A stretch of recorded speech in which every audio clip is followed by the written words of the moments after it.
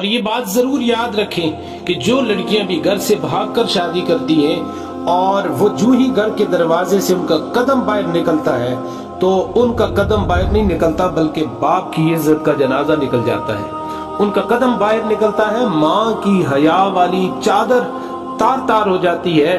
ان بے شرموں کو شاید اس بات کی سمجھ نہیں آتی کہ وہ تو گھر سے بھاگ کے اپنی سامان کی گٹھڑی باندھ کے نکل جاتی ہیں، لیکن اس کے بھائی ساری زندگی کے لیے وہ کسی کو منہ دکھانے کے لائق نہیں رہتے.